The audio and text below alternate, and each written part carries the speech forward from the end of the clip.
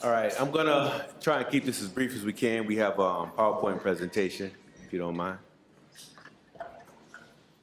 Real quick, the purpose of this luncheon, in case you haven't figured it out yet, is to raise awareness for the initiatives and programs of the Mayor's Citywide Violence Prevention Task Force and to facilitate discussions among community leaders regarding the opportunities for collaboration in establishing and sustaining violence prevention strategies and peace-promoting lifestyles, activities in Springfield. Our vision is clear: a city in which all citizens live free of violence. Our mission is to develop a collective of committed people who collaborate to develop prevention strategies, interventions, and solutions to reduce violence. Promote public safety by incorporating proven and innovative practices of community partnerships and affect positively the youth, families, residents, and community partners of the city of Springfield. Our strategic priorities: communication and coordination, youth leadership, and best practices. And I have a clicker, which I always mess up. And I just have a question about who's next. Who's next? I will not digress. The rhymes that blow holes and souls, slipping the spirit out of the chest. Everywhere I turn, I see great history. A city nicknamed Danville. 413. From ride to the gun streets and magazine park, you see the army to go outside in the dark. Who's next? The game of lost lives. Who's lost? Super Mario. Rest in peace. Who's next? The biggest shooting range only I can see. Open 923 around Mickey D's, and if you don't know, straight to hit you in the toe. Who's next? Birthday bash with a joyful 18-year-old. But whether the guy was so much so, certain exchange of words to three weren't invited. Bad enough to strap up to the party and drop by. Who's next? Shotgun blast, rock my whole house with it. Sometimes just what I need to put me to sleep now. Who's next, me? You? My cousin and his crew? Brothers, baby mamas? Who's next? A friend scared on the gun face stabbed on some stairs. Bullets was passing. Cousins are hurt. Well, at least he's not buried in the dirt. Who's next? Who's next? Who is next? I will not stop talking like the bullets flying, sparking every night, know every day. Who's next? No ladies at church? Who's next? No clerks, rush to a hospital because I hold up on work. Even if you tell me who's next, it still won't stop the hurts. Who's next?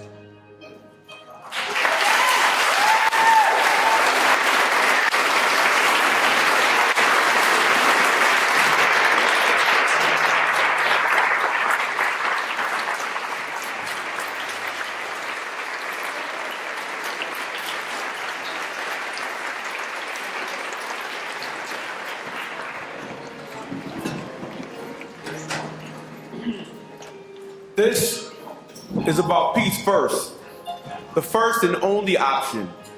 Too often, young people in our country are dismissed and overlooked. They are either portrayed as troublemakers, technology addicts, or just plain careless. Peace First exists to change all of that. Imagine a group of incredible young people and their families, each playing a critical role in transforming their communities into more peaceful neighborhoods. Imagine creating through working collaborations, inspiring stories used to motivate the public.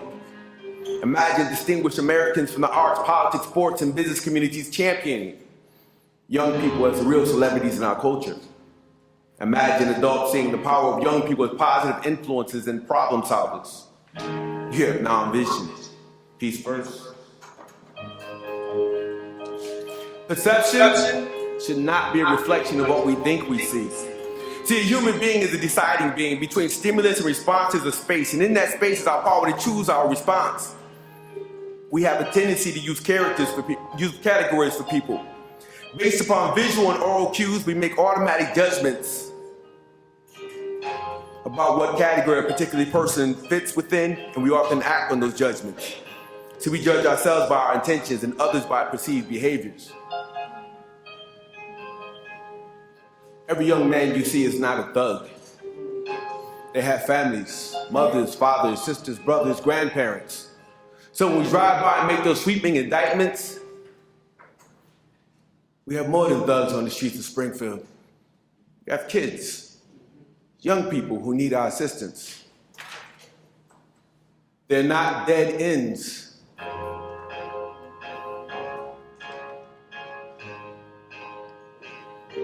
the future.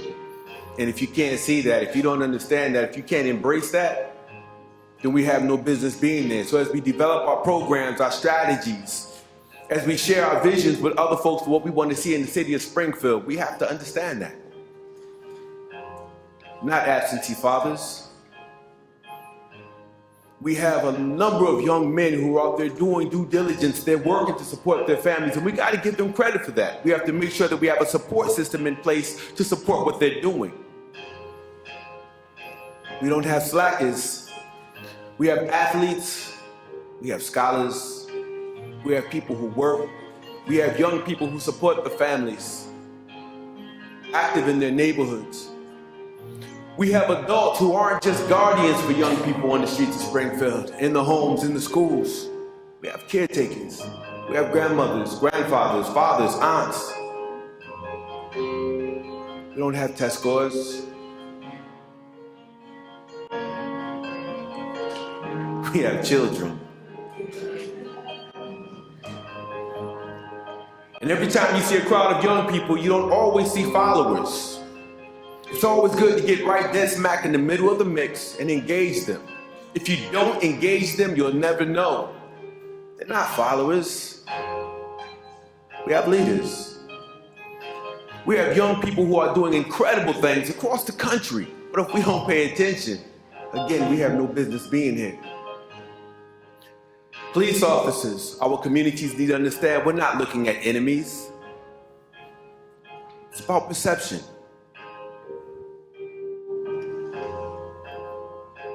We have allies. If you notice what's been happening around our great city, we have officers on the streets. They're not just watching and protecting other people, they're interacting and engaging our young people. They're going into the businesses and they're talking to the business owners. They're talking to the residents of the streets. We have to call it like we actually see it. I understand what we see on the news every day, but there are a million other stories. And if we don't embrace those stories and share them, the story will never be told. Our residents, they're not targets.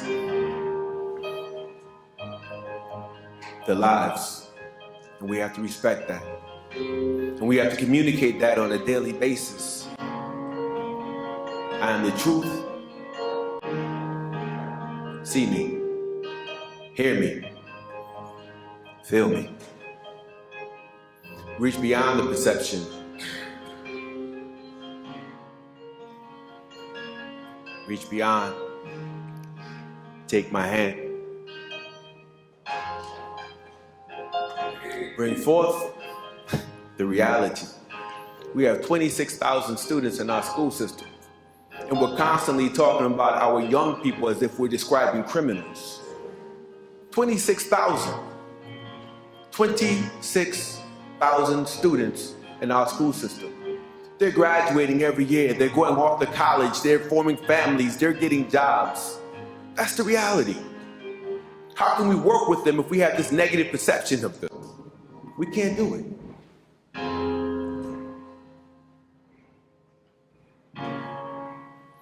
We are the Citywide Violence Prevention Task Force. We urge you to join us. Peace first.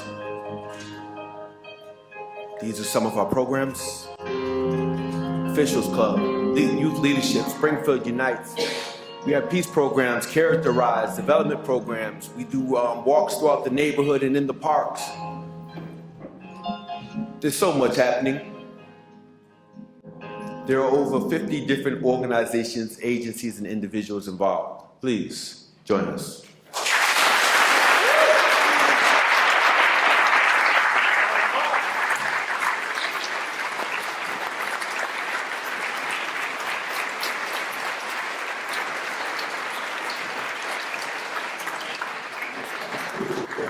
Thank you, Darryl. As was already said, as people, as individuals, certainly that live and work in Springfield, we need to join together. We need to set aside our differences, our prejudices. We can't work in little silos doing the work on our own, even though our agency might be great. We got to come together. We got to partner with some of the different initiatives and get everybody working together for a common goal of coming against the violence. educating our youth, making our community a safer place.